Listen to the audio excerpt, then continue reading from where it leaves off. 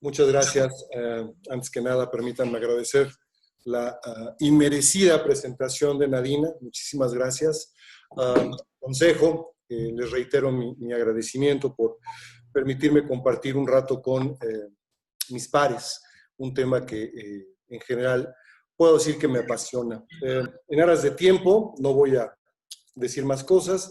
Permítanme tomar un minuto para hacer una remembranza de lo que platicamos la semana pasada, de la relevancia de la inmunidad innata y cómo ésta va a ir desarrollando o facilitando la generación de diferentes fenómenos de inmunidad adaptativa.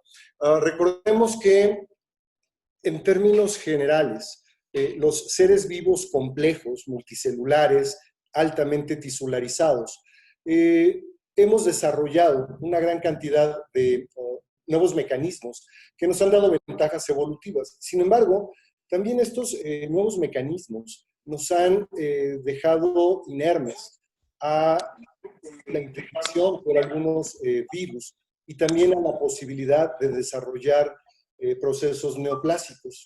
Entonces, llega un punto en el cual la inmunidad innata ya no es suficiente para poder defendernos de estos nuevos procesos que ya no nada más es lo propio y lo extraño, sino es lo propio, normal y anormal.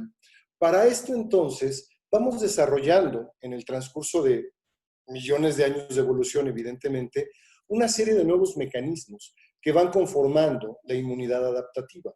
Estos nuevos paradigmas, sobre todo, insisto, cáncer e infecciones virales, nos llevan o nos requieren el desarrollo de nuevos mecanismos. Hay tres puntos que creo que son fundamentales para poder definir estos nuevos paradigmas. La primera es, a diferencia de la inmunidad innata, la inmunidad adaptativa facilita o induce la generación de un número de moléculas propias que sean únicas, que definan a mis células como mías. Y este concepto es inédito en el sistema inmune, hasta antes de la aparición de la adaptativa, ¿no? Ya no nada más es el no tener moléculas no propias, sino ya es tener marcadores de lo que me hacen a mí como ser humano o cualquier otra especie superior, mamífero superior. Esta presencia de moléculas propias, que son básicamente moléculas de histocompatibilidad, va a versar más o menos la mitad de la plática de hoy. El segundo reto antigénico que nos lleva a formación de paradigmas es el desarrollo de muchos receptores de reconocimiento para poder identificar millones de estructuras. Si ustedes recuerdan, en la inmunidad innata, todos los receptores tipo TOL, receptores tipo NOD, RIG, lectinas, pentraxinas, complemento, todos estos receptores de membrana o solubles, están codificados en línea germinal, es decir, los genes están en los cromosomas y están representados en las células germinales, espermatozoides y óvulos, y entonces se van heredando de padres a hijos. El paradigma de la inmunidad adaptativa es diferente. Aquí necesitamos ya reconocer millones de especificidades distintas, en el rango de 10 a 10 a 10 a la 12 especificidades antigénicas diferentes. Aquí entonces necesitaríamos millones de genes si siguiéramos el mismo paradigma de un gen, un receptor. Para esto, la inmunidad adaptativa ha desarrollado un sistema que se llama recombinación génica o hipermutación genética al azar, donde se recombinan una cantidad bastante limitada de genes, pero la forma de recombinar permite generar varios millones de especificidades diferentes posibles. Eso sí, cada célula, cada linfocito T y cada linfocito B, después platicaremos más a detalle de esto, pero cada linfocito T y cada linfocito B tienen una fórmula cromosómica completa cuando somos fetos tempranos. Sin embargo, hay un momento en el cual sufren una recombinación aleatoria en ciertas zonas génicas que cada linfocito lo hace de manera independiente. Y entonces cada uno de ellos va a desarrollar un único receptor. Así entonces tenemos unos cuantos millones de células, pero cada una de estas células va a reconocer a un antígeno diferente. Y entonces desarrollamos millones de células y cada una de ellas con un receptor único y en términos generales diferente al de cualquier otra de las células hermanas. Esto lo que nos da es una maravillosa diversidad, una extraordinaria diversidad de especificidades. Y en lugar de poder reconocer en el orden de centenas, como lo hace la inmunidad innata, aquí estamos hablando del orden de millones, que es la característica de la adaptativa. De eso va a versar la segunda parte de la plática.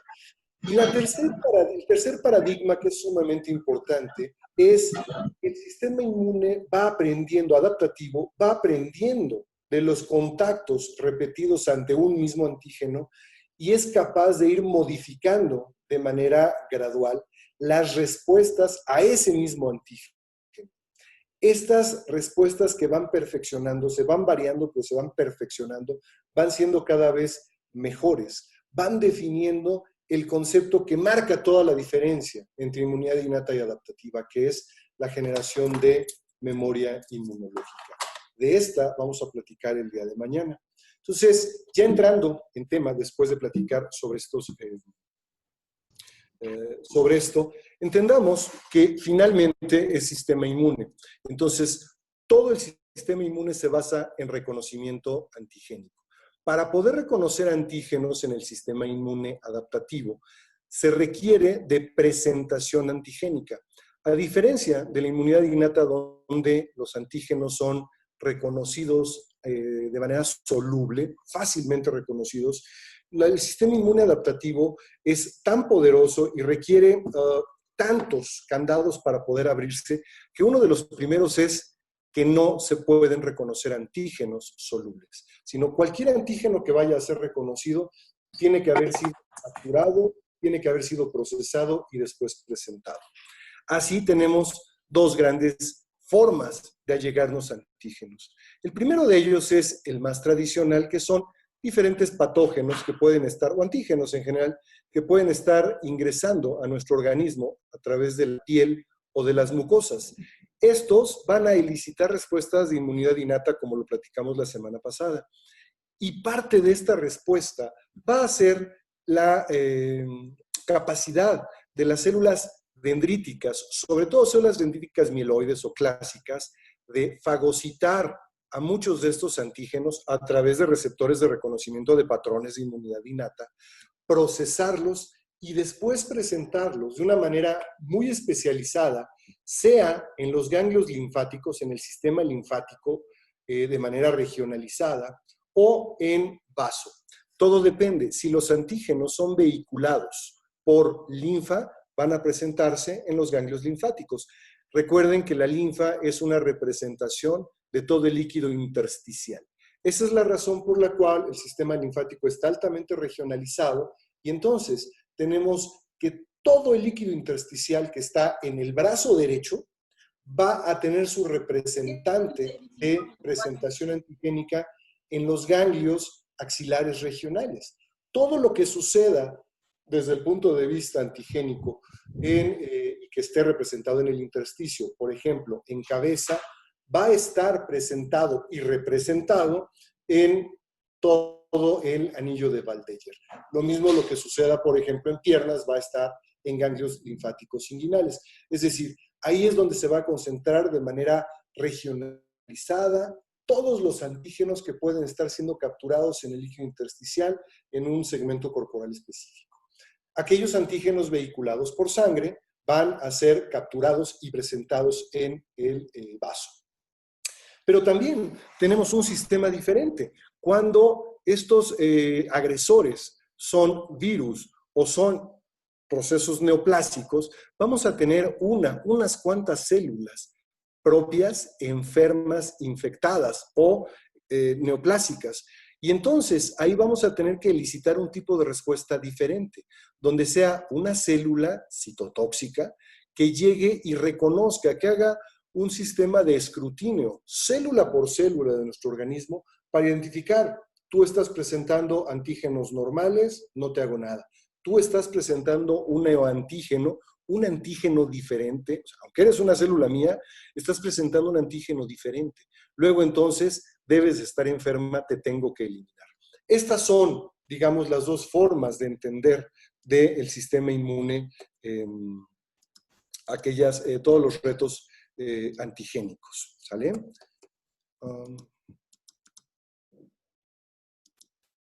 No sé por qué no pasa la siguiente diapositiva.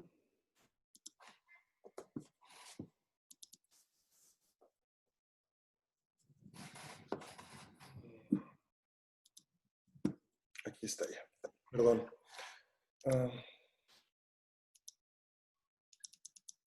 Por alguna razón se movió, discúlpenme.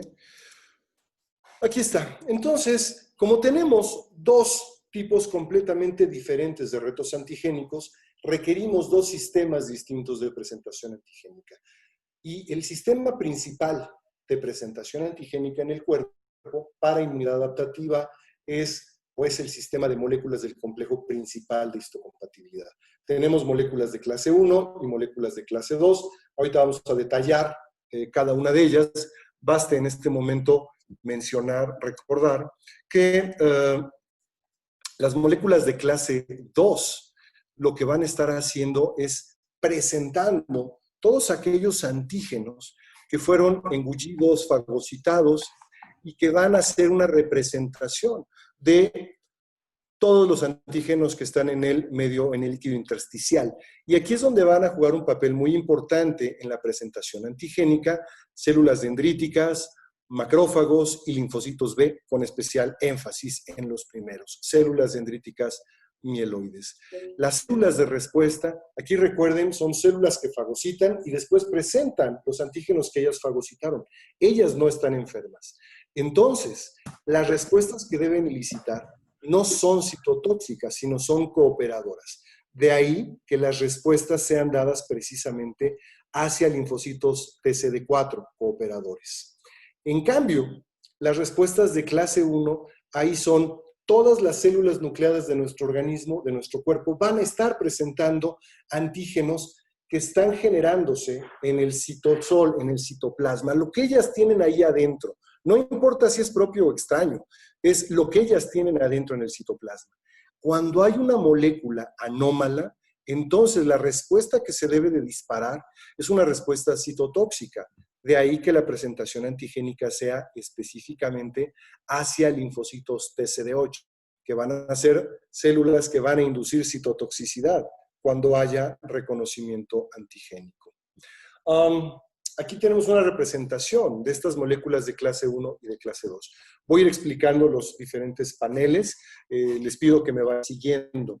Las moléculas de clase 1 están conformadas, son un heterodímero, que está conformado por una cadena grande, una cadena, a veces se llama cadena pesada, y es una cadena alfa que pertenece al sistema de histocompatibilidad. En cambio, va a tener una molécula asociada mucho más pequeña, no polimórfica, que no está contenida dentro de los genes del complejo de histocompatibilidad y que única y exclusivamente le sirve como sostén a esta molécula mucho mayor, y esta es la beta-2 microglobulina. En cambio, las moléculas de clase 2 van a ser un heterodímero conformado por una cadena alfa y una cadena beta, cada una de las cuales va a estar representada en los genes o en los loci génicos del complejo principal de histocompatibilidad. La conformación de estas proteínas son proteínas que pertenecen a la superfamilia de inmunoglobulinas. Entonces, adquieren una conformación globular, tienen dominios globulares. Y su conformación en las moléculas de clase 1 es un primer dominio globular, básicamente dado por conformaciones alfa helicales. Después viene un segmento formado por plegamientos beta. Después viene otra zona de conformaciones alfa helicales que forma una nueva globulina que se llama dominio globular alfa 2. Y después viene un tercer dominio globular o alfa 3 y ya una pequeña colita con una región transmembrana con unos cuantos aminoácidos hidrofóbicos que lo que hacen es insertarse en la bicapa de lípidos. Recuerden que esta es la única zona que está libre de agua. De este lado y de este lado hay agua. Entonces, estos pocos aminoácidos hidrófobos quedan embebidos en la bicapa de lípidos y anclan al receptor a la membrana. Y una muy pequeña cola citoplásmica en el extremo carboxiterminal. Las moléculas de clase 2 tienen una conformación parecida. Sin embargo, son más cortas. Tanto la cadena alfa como la cadena beta solo generan dos dominios globulares, un dominio globular alfa 1 y un beta 1, un alfa 2 y un beta 2. Y las dos moléculas, tanto clase 1 como clase 2, vean cómo forman esta zona, que es una zona de una hendidura de unión a péptidos. Este cachito que estoy señalando en clase 1 y este cachito que estoy señalando en clase 2. Y en este pequeño cachito, en esta pequeña hendidura, es donde se va a pegar la cadena de aminoácidos, el antígeno a ser presentado. En términos generales, la molécula de clase 1 tiene la hendidura de carga peptídica con los labios cerrados. Entonces, puede cargar péptidos mucho más pequeños, en general de 8 o 9 aminoácidos, mientras que las moléculas de clase 2 tienen los labios, comisuras de los labios abiertas, y entonces pueden cargar péptidos mucho más grandes, ¿no? De 20, 25 aminoácidos. Vámonos de la proteína a los genes que codifican estas proteínas. Sus genes están en el cromosoma 6, que es un cromosoma predominantemente dedicado a el sistema inmune, y hay que entenderlo. Existen muchísimas moléculas de clase 1 y de clase 2. Las moléculas de clase 1 están codificadas en un segmento génico donde van a estar las moléculas HLA-A, B, C, algunas otras que no presentan antígenos, algunas otras que son para presentación en inmunidad innata, como los genes MICA y MICB, que platicamos la semana pasada. Vamos a tener, y entonces son las tres familias, ¿no? HLA-A, B y C. HLA es Human Leukocyte Antigen, es decir, antígenos leucocitarios humanos. Es la representación o el representante humano de las moléculas de histocompatibilidad. Las moléculas de clase 2 están en una región génica aledaña a los de clase 1, y lo que vamos a tener sobre todo son tres grandes familias. Los genes DP, la familia DQ y la familia DR. Cada uno, se recuerden ustedes que las moléculas de clase 2 están conformados por dos moléculas, por dos cadenas, alfa y beta, aquí representadas para DP, para DQ hay alfa 1, beta 1, alfa 2, beta 2, y para DR es un poquito diferente. DR tiene, todos presentamos siempre cadenas beta 1 y generalmente una más que puede ser beta 3, beta 4, beta 5, asociadas a una única cadena alfa. Hay también una molécula, un sistema génico de clase 3 que está entre las de clase 1 y clase 3. Estos son, digamos, los no tradicionales, no presentan antígenos, y aquí tenemos algunos componentes del complemento como C2, como C4. También algunos citocinas como el factor de necrosis tumoral, las linfotoxinas que antes se llamaban TNF-beta, actualmente se llaman linfotoxinas, y MICB, que es junto con el MICA, estas moléculas de presentación para inmunidad innata. Las moléculas de histocompatibilidad hay que entenderlas así. Son las regiones más polimórficas que existen en el genoma humano. ¿Qué significa? Todos los humanos tenemos dos moléculas de clase A, dos de clase B y dos de clase C. Nada más. Una nos la heredó nuestro papá y una nuestra mamá. Nada más. Con 6 moléculas de histocompatibilidad de clase 1 tenemos que presentar decenas o centenas de miles de antígenos. Estas moléculas están codificadas en la línea germinal y entonces las vamos a heredar a nuestros hijos. Estas moléculas, también es importante mencionarlos, se van a presentar o se van a expresar de manera codominante. Es decir, se van a expresar en cada célula, se van a expresar de la clase A, tanto el gen que me heredó mi mamá como el gen que me heredó mi papá. Los dos son codominantes. Lo mismo para clase B y lo mismo para clase C. Existen aproximadamente 10,000 variantes polimórficas de moléculas de clase 1. Nuevamente, distribuidas de manera diferente a través del mundo y agregadas por familias, ¿no? Entonces, si yo tengo estas moléculas y mi esposa tiene estas moléculas y nosotros tuviéramos X cantidad de hijos, solo vamos a poder heredar, por ejemplo, yo puedo ser aquí homocigoto para HLA-A2 y mi esposa heterocigota para tener un gen A2.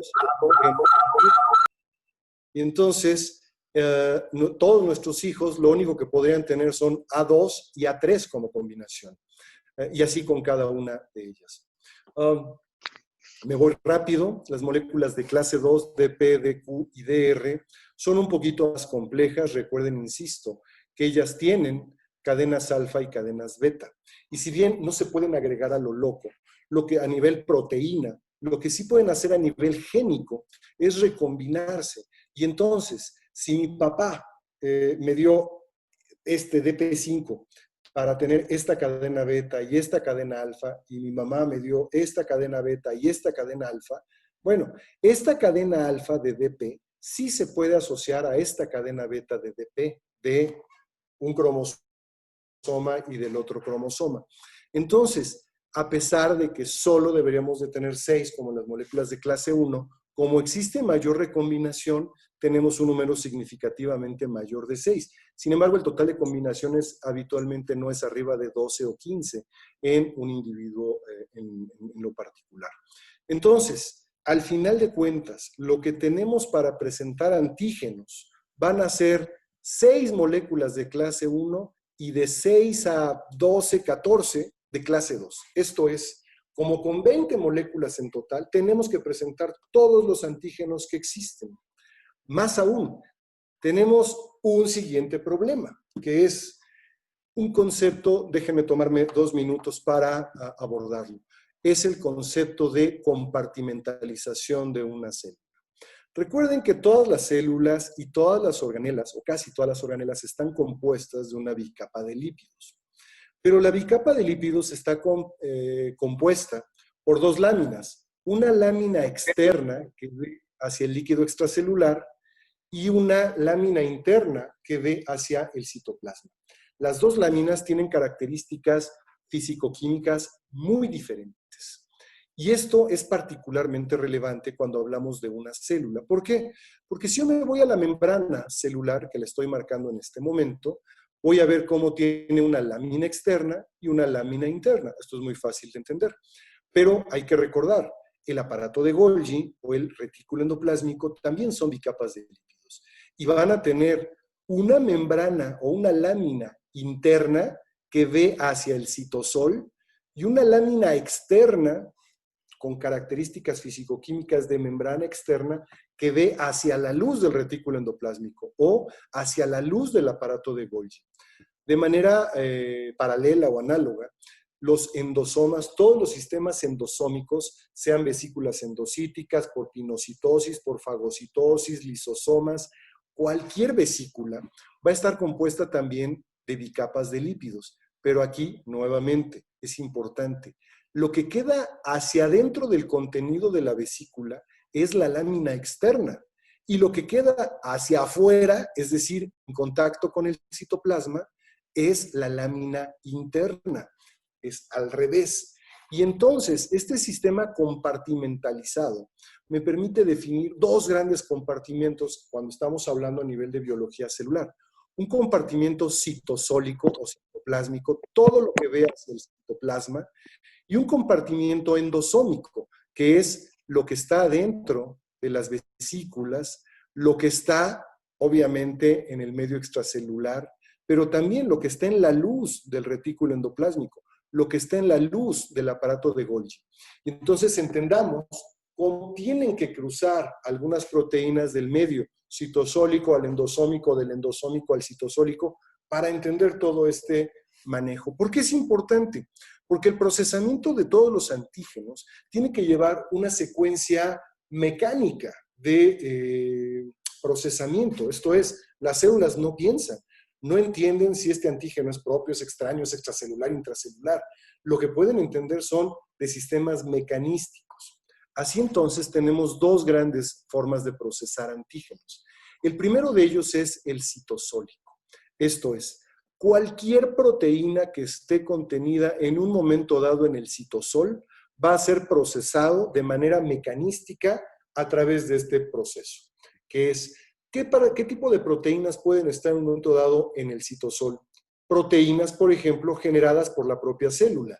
Y estas pueden ser proteínas propias, normales, pueden ser proteínas propias mal dobladas, proteínas disfuncionantes, pueden ser proteínas virales, es decir, proteínas que fueron sintetizadas por los mecanismos celulares, pero cuyo material genético proviene de un virus. Pueden ser proteínas resultado de la activación de protoncogenes. Todas estas proteínas, entonces, insisto, pueden ser propias o extrañas, eso no importa, pueden ser propias normales o anormales. Nuevamente, aquí es un tema ya de pensamiento, todas las proteínas que están, todas las proteínas que están en el medio citosólico van a sufrir un proceso de ubiquitinación, que es la simple adición de unos cuantos aminoácidos de ubiquitina para dirigir y señalizar el transporte de una proteína dentro de la célula. Esto, de manera interesante, por ejemplo, es mediado, uno de los grandes mediadores es el antígeno Ro52, que se llama TRIM21, que ustedes lo conocen como uno de los dos grandes antígenos que se presentan positivos en los anticuerpos anti-Ro o anti-SSA, y es los anti-Ro52 específicamente, es una ligasa E3. Es por eso que los anticuerpos anti-Ro52 inducen una serie de aberraciones celulares terribles, porque alteran el proceso normal de ubiquitinación. Entonces, estas proteínas ubiquitinadas son dirigidas por la ubiquitina hacia un sistema proteolítico nato de la célula que se llama proteasomas. Y los proteasomas lo que hacen es fragmentar esta gran proteína que es lineal en pequeños péptidos de 8 o 10 aminoácidos. Estos péptidos son tomados por una proteína asociada a transporte o proteína TAP, que es una molécula muy relevante porque está embebida en la bicapa de lípidos del retículo endoplásmico. Y es la encargada de tomar estos pequeños péptidos desde el citosol y trasladarlos hacia el otro compartimiento, hacia el compartimiento endosómico, en un retículo endoplásmico. En este retículo endoplásmico ya están conformadas las cadenas alfa de las moléculas de clase 1. Estas moléculas de clase 1, la cadena alfa, es tomada por una proteína que se llama tapacina y la anexa a la proteína TAP y la acerca para que en la hendidura de carga peptídica se pueda pegar este péptido. Además, las proteínas chaperonas, calnexina, calreticulina, proteínas de choque térmico, que hay varias, todas se denominan de acuerdo a su peso en kilodaltones, le dan la conformación tridimensional a esta proteína, hacen el doblamiento, el folding correcto de esta proteína y facilitan entonces la carga del antígeno ya en la hendidura de carga peptídica. Una vez que está conformado todo esto, vean cómo además ya está embebida en la bicapa de lípidos, es decir, ya está anclada a una membrana. Del retículo endoplásmico va a pasar como parte de esta membrana al aparato de Golgi. Después se va a generar una vesícula exocítica. Recuerden, este es espacio endosómico ya. Y finalmente, esta vesícula de exocitosis, que tiene ya las moléculas de histocompatibilidad de clase 1 cargadas, maduras, va a fusionarse con la membrana celular y entonces ya va a quedar presentado el antígeno, la molécula de clase 1, con el antígeno ya en el medio extracelular, para que pueda llegar un linfocito T CD8, solo CD8. ¿Por qué? Porque el linfocito T CD8 reconoce a través del receptor de células T, pero para poderse unir a la molécula de clase 1 requiere precisamente de la molécula que le da nombre, el CD8. Y el CD8 solo se puede unir al dominio globular alfa 3. Y si ustedes recuerdan, me regreso un par de diapositivas, la única molécula de histocompatibilidad que tiene dominio alfa 3 es la molécula de clase 1. Entonces, si CD8 solo se puede unir a alfa 3, CD8 básicamente no se puede unir a moléculas de clase 2, por lo menos no en condiciones normales. Y esto se llama restricción del complejo principal de histocompatibilidad de clase 1 a CD8. De manera paralela,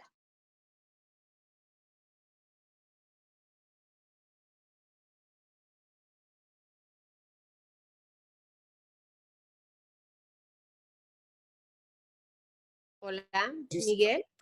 de clatrina, lo que va a hacer es fagocitar algún péptido con mucho de líquido extracelular y va a formar una vesícula endocítica.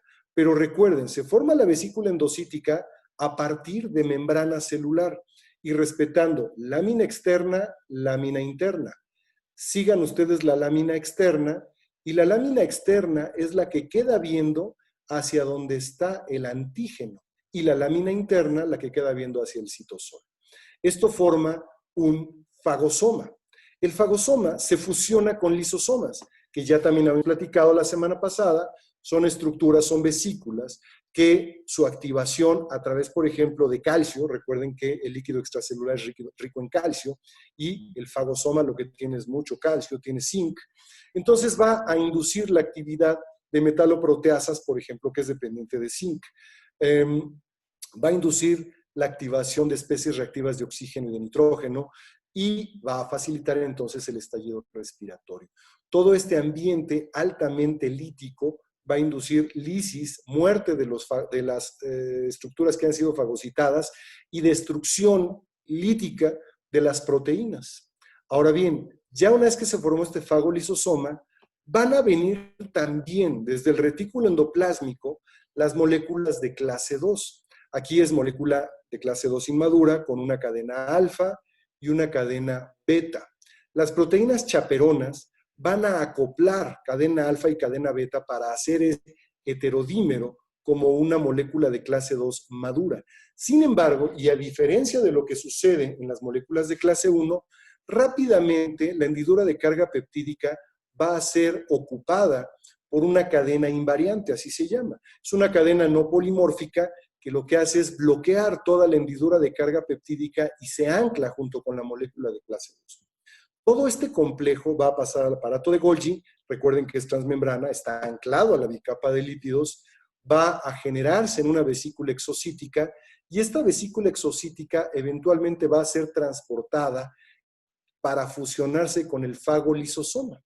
Una vez que llega al fagolisosoma, se rompe de manera enzimática esta cadena invariante, se rompe y deja únicamente un cachito que tapa, que es la que tapa específicamente a la hendidura de carga peptídica. Y este cachito se llama clip.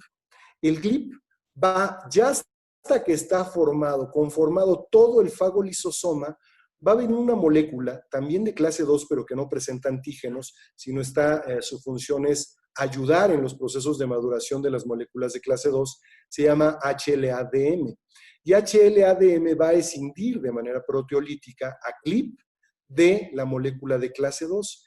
Y entonces va a dejar, aquí está CLIP, lo quita y va a dejar la hendidura de carga peptídica para que por puras cargas eléctricas y estructura tridimensional, cualquiera de estos péptidos generados en el fagolisosoma se pega a la hendidura de carga peptídica.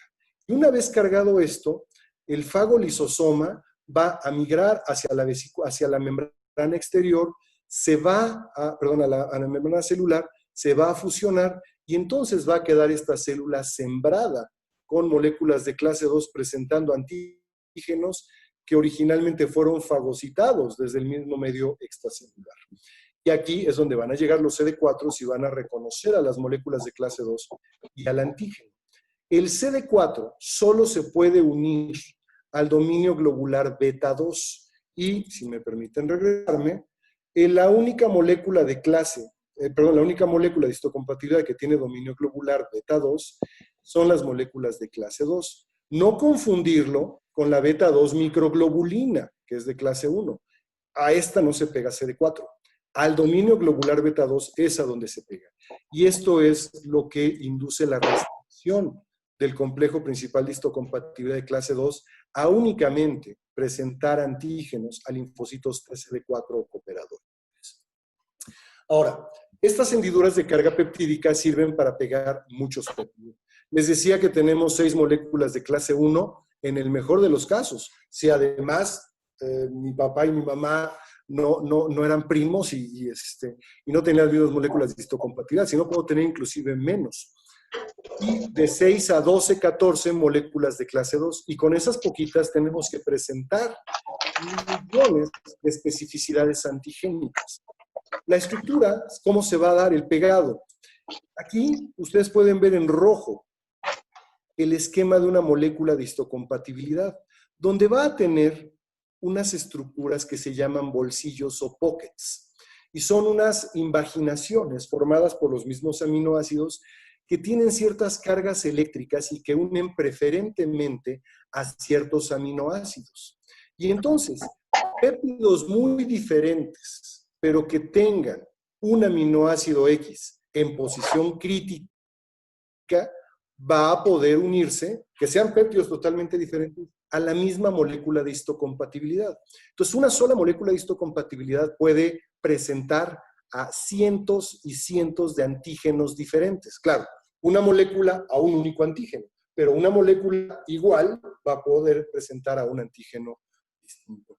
¿Esto por qué es relevante? Porque es lo que nos explica cómo con muy poquitas moléculas que son la firma proteica y a su vez que representa a los genes que hacen que sea yo, es mi firma de este soy yo, pueda presentar millones de antígenos diferentes. Esto, el mejor ejemplo es el modelo del epítopo compartido en artritis reumatoide. La presencia de 2 aminoácidos en posición 70 y 71, y básicamente es glutamina y arginina, o glutamina y lisina, básicamente esas 2 combinaciones, van a hacer, estas 2 en la posición 70 y 71, hacen que en el Pocket 4, bueno, aquí quedó el Pocket 4 fuera de esto, en el Pocket 4, en un ladito, ahí es donde están esos 2 aminoácidos, y esos 2 aminoácidos inducen una carga particularmente positiva en las moléculas del epítopo compartido. Y entonces evitan que una proteína que contenga arginina se pegue ahí. ¿Por qué? Porque la arginina tiene una carga francamente positiva y entonces se repelen. Pero cuando una proteína rica en arginina sufre modificaciones posttraduccionales, es decir, sus argininas son diseminadas y se transforman en el aminoácido no esencial citrulina, la citrulina tiene una carga eléctrica neutra.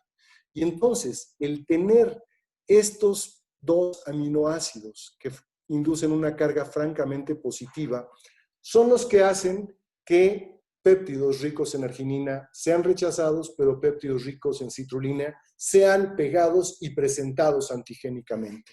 En cambio, moléculas muy similares, también de RB1 y muy parecidos, pero que en la posición 70 y 71 no tienen estos 2 aminoácidos, van a pegar preferentemente péptidos que tengan arginina, no citrulina. Por eso estos, los que no son los del epítopo compartido, confieren, entre comillas, confieren protección al desarrollo de artritis reumatoide. Ahora, esto es presentación antigénica. Sin embargo, la presentación antigénica solo es la mitad de todo el cuento de la inmunidad adaptativa. La otra mitad es quién reconoce a esos péptidos. Y quien reconoce a estos péptidos y es quien da la diversidad son los linfocitos T, a través de su receptor de células T, sea CD4 o sean CD8. Las moléculas o las estructuras del receptor de células T se pueden tener en 2 maneras diferentes. Puede haber alfa-beta o puede haber gamma-delta, según el tipo de receptores que tengan. Yo me voy a adscribir casi nada más a hablar de los alfa-beta, que son los de inmunidad adaptativa característicos. Los gamma-delta relevantes, pero tienen una diversidad muy restringida y tienen, digamos, es así como son la interfaz entre inmunidad innata y adaptativa. En cambio, los alfa-beta son los característicos de inmunidad adaptativa. Para reconocer antígenos se requiere entonces del receptor de células T. El receptor de células T, nuevamente, regreso, es la célula presentadora de antígenos presentando la molécula de histocompatibilidad y el péptido. ¿Quién lo reconoce? El receptor de células T, y su molécula asociada, CD4 o CD8. El receptor de células T está conformado por varias proteínas. Dos de ellas, que son las que generan toda la diversidad, van a ser la cadena alfa y la cadena beta. La cadena alfa y la cadena beta, en su puntita, tienen unos dominios que son extraordinariamente variables, que es donde se va a dar toda la hipermutación somática. Y entonces se llaman regiones hipervariables y se les pone una V de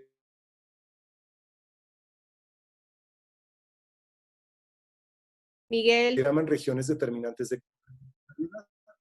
Y estas son las que realmente pegan y unen al antígeno. La cadena alfa solo tiene un dominio variable o una región variable, una región de unión y una región constante, mientras que la cadena beta tiene un dominio variable, un dominio de diversidad, un dominio de unión y una cadena constante. Todo esto, cada uno de estos segmentos va a estar producido, aunque es una sola proteína larga, cada uno de estos segmentos de diferente color está codificado en genes diferentes. Aquí es la combinación de varios genes, se leen juntos y generan una única proteína. Además tienen proteínas asociadas, el famoso CD3, que puede tener cadenas epsilon gamma o epsilon delta, y la proteína Z o CD247. Y estos son los que van a inducir las señales o transducir las señales al interior de la célula. Ahorita voy con el receptor de células T únicamente. Esto es toda la magia de la inmunidad adaptativa. ¿Cómo se lleva a cabo el reordenamiento génico al azar? Tenemos, por ejemplo, voy a hablar de la cadena alfa que ustedes ven aquí, ¿vale? Si yo me voy a los genes de la cadena alfa, son estos. Para codificar la región variable, que es este cachito, tengo aproximadamente 45 genes diferentes en cada linfocito cuando soy un embrión, cuando soy un feto pequeño, ¿sale? Y en un punto de la maduración, los linfocitos T, cada uno de los linfocitos T prende unos genes que se llaman genes RAG o genes asociados a recombinación, que tienen actividad endonucleasas y que de manera aleatoria van a decir cada uno de estos genes, agarran y dicen, de estos 45, aproximadamente 45, voy a escoger uno y voy a cortar todos los otros y los voy a eliminar y solo me voy a quedar con ese. Pero cada linfocito T lo hace de manera independiente. También llegan estos genes asociados a recombinación, estas endonucleasas, llegan a la secuencia génica que contiene los genes de unión o genes J, que están aquí, y aquí se los pongo en verde más oscuro. Aproximadamente son 55 para la cadena alfa. Y van a seleccionar a uno nada más, al azar completamente. Entonces, voy a tener un gen de cadena, perdón, un gen variable y un gen de unión para formar la cadena alfa. Si tengo 45 posibilidades de variabilidad, 55 de unión, tengo solo por azar 2.475 combinaciones posibles.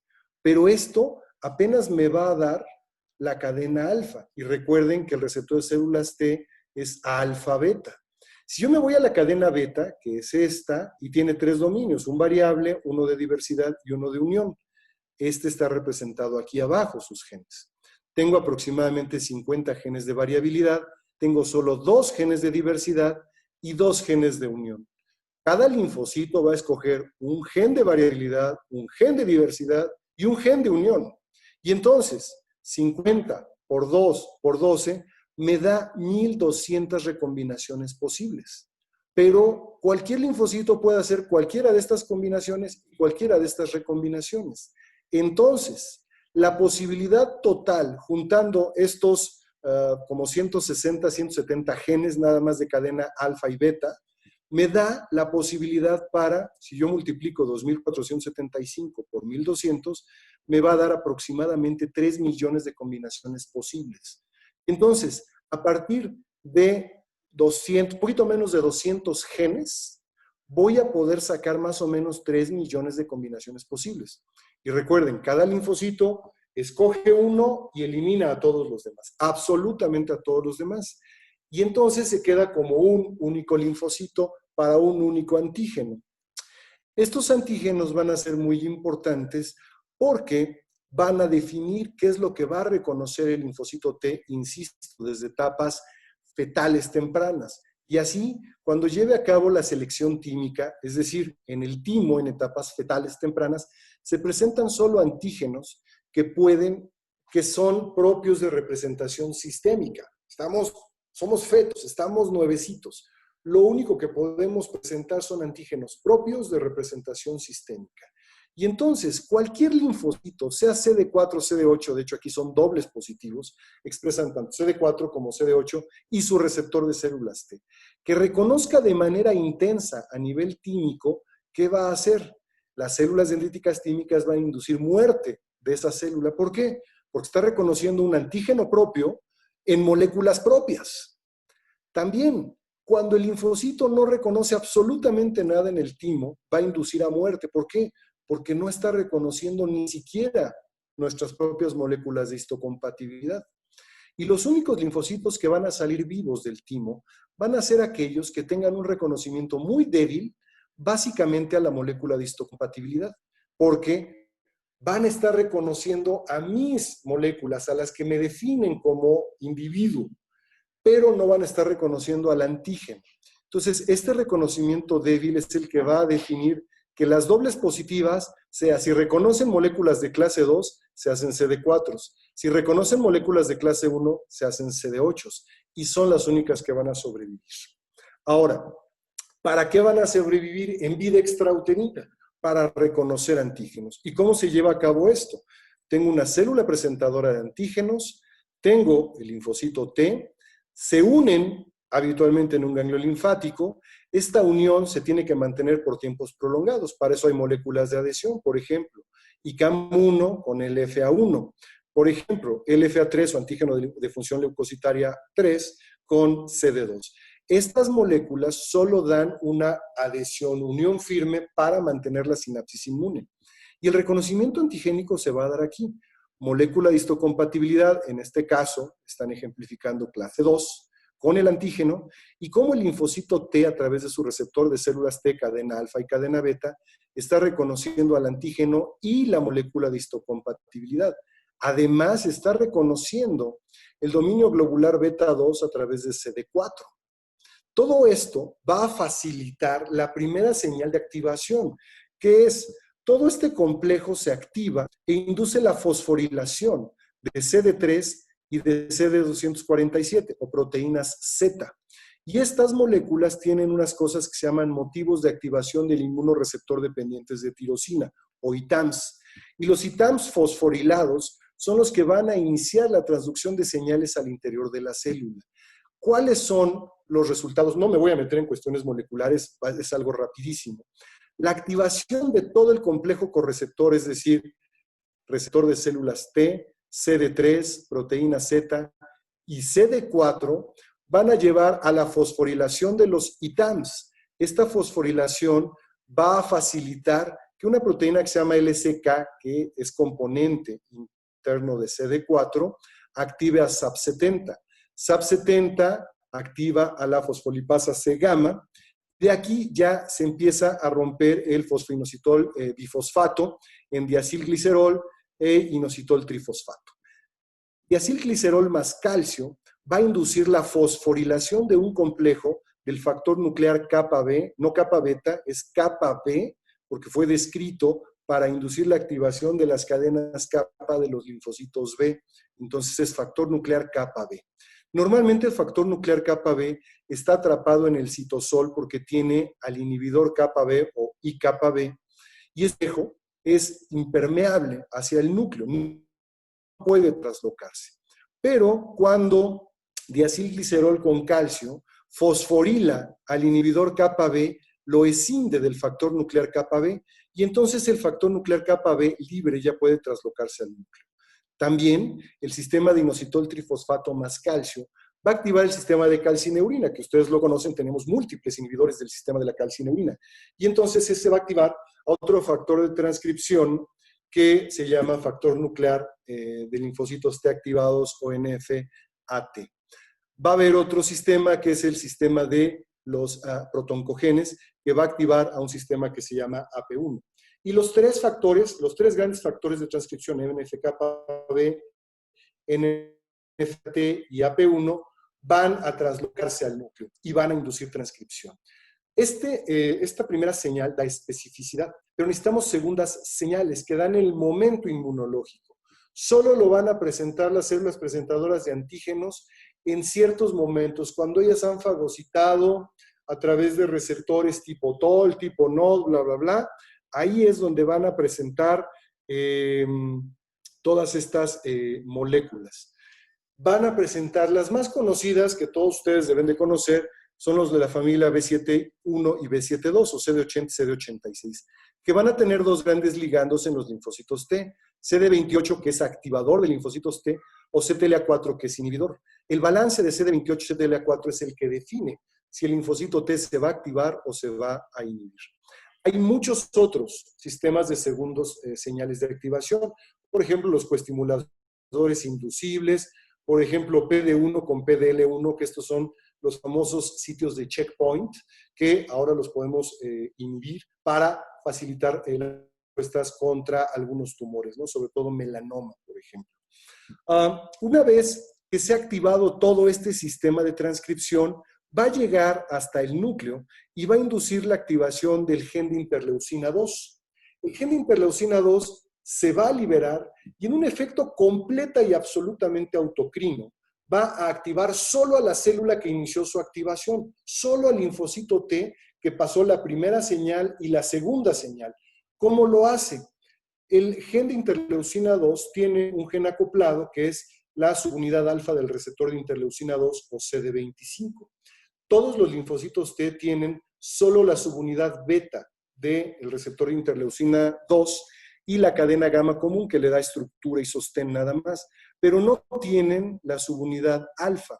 Entonces, aunque en el ganglio linfático puede haber muchos linfocitos T ahí, ninguno tiene la subunidad alfa, tiene entonces su receptor incompleto.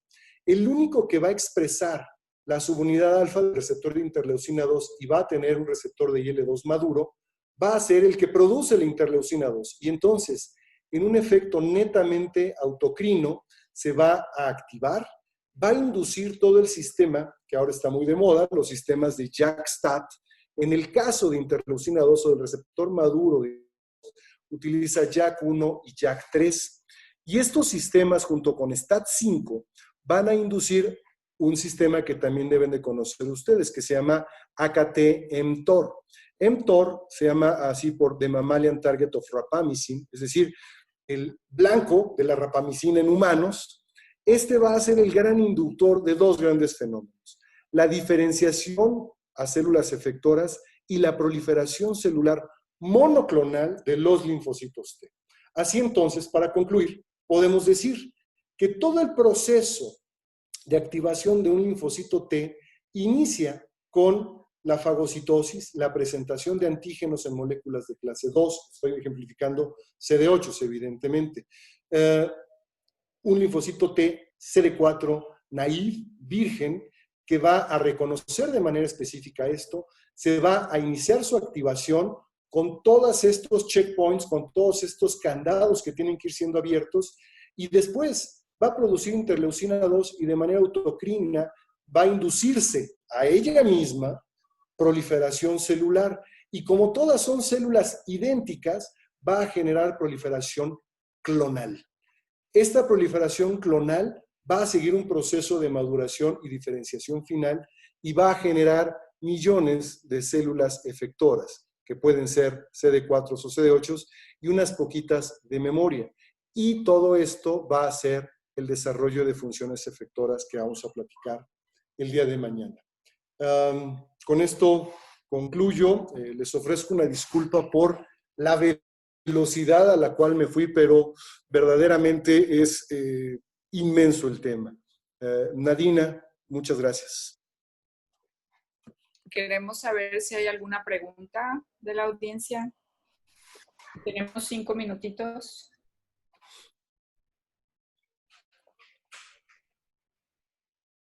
Si gustan escribir en el chat.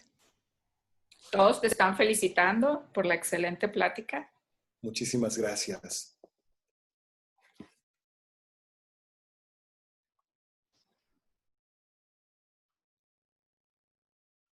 Chicos residentes, ¿no hay alguna duda? Dicen que todo quedó muy claro. Yo espero que haya sido, es un tema sumamente complejo. No, sí, bueno. Yo aproximadamente me llevo como unas 6 a 8 sesiones de 2 horas cada una para platicar lo que hoy en 54 minutos. Entonces, hay una plática de David, Nadina. ¿perdón? Hay una Hay pregunta. una plática De David. una pregunta. Sí. Dice, ¿cuál es el mecanismo por el cual se diferencia un linfocito C3 inmaduro a CD4 o a CD8? Ok. Cuando estamos hablando de etapas fetales, embrionarias tardías y fetales tempranas, los linfocitos que ya han desarrollado, de hecho, son prolinfocitos T. Hay un momento en el cual no expresan ni CD4 ni CD8. Conforme van madurando, van presentando receptores de células T por este proceso de reordenamiento génico al azar que platiqué y generan un único receptor inédito. Solo ese linfocito tiene ese receptor, por eso toda la inmunidad adaptativa no es hereditaria. En ese momento empiezan a expresar tanto CD4 como CD8 y son linfocitos completamente inmaduros. En el proceso de selección tímica, las células dendríticas tímicas presentan antígenos tanto en moléculas de clase 1 como en moléculas de clase 2. Las dendríticas tímicas son unas células altamente especializadas que tienen la capacidad de procesar antígenos en clase 1 y en clase 2. Y es tan simple.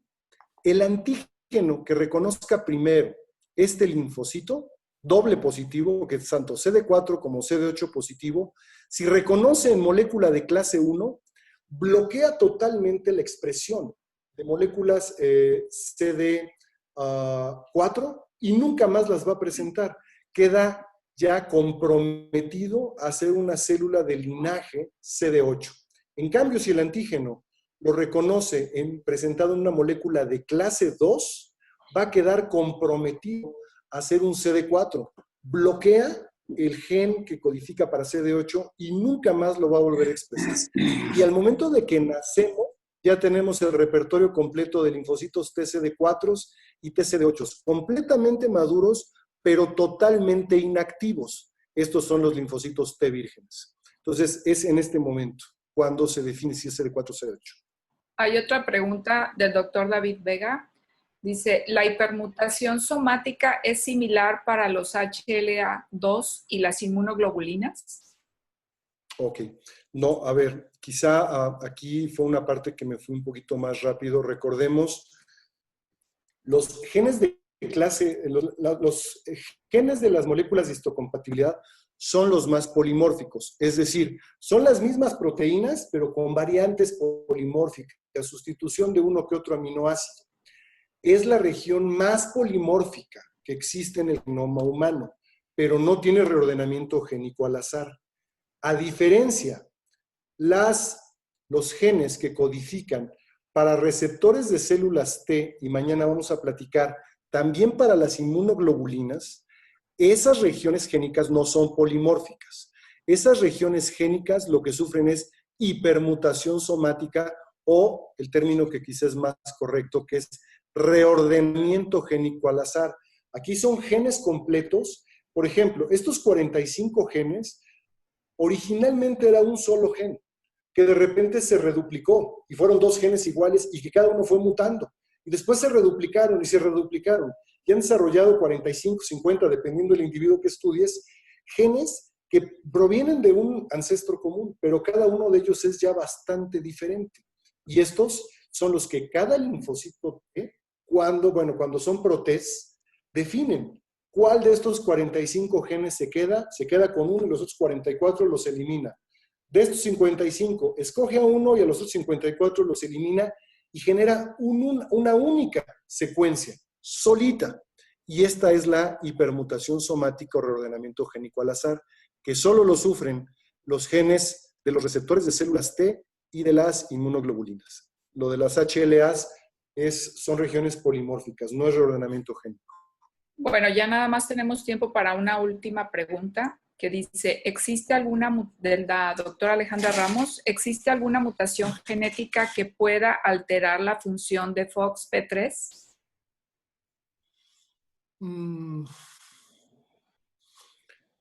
Qué buena pregunta. No es del tema de hoy. Sí existe la posibilidad, no están bien identificadas, porque FOXP3 es un factor de transcripción. Lo que hace es definir a una subpoblación muy especial de linfocitos, a ver si lo tengo por aquí,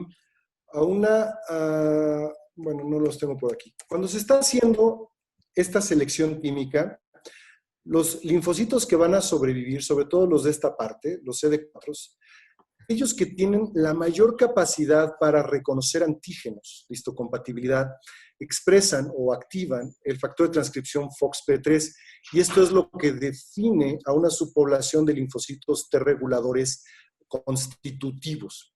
FOXP3 es importantísimo porque insisto, es el que va a facilitar en vida extrauterina la mayor parte del funcionamiento. Existen muchas alteraciones en el funcionamiento de T reguladoras compatibles con la vida, pero mutaciones como tal en FOXP3 nunca las he leído, honestamente, pero creo que no sean compatibles con la vida. Por lo menos mutaciones con sentido, o sea, funcionales, no creo que sean compatibles con la vida. Pero no sé, honestamente no sé si pues muchísimas gracias. Polimorfismos o mutaciones descritas en individuos con X o Z enfermo. Muchísimas gracias, Luis, por tu brillante plática. Al contrario, y Nadine. gracias a todos por estar aquí presentes. Que pasen buenas noches. Buenas noches, muchas gracias, Luis. Felicidades como siempre, extraordinaria plática. Gracias, Mónica, gracias a todos. Buenas noches. Muchas gracias, nos vemos. Hasta luego, buenas noches.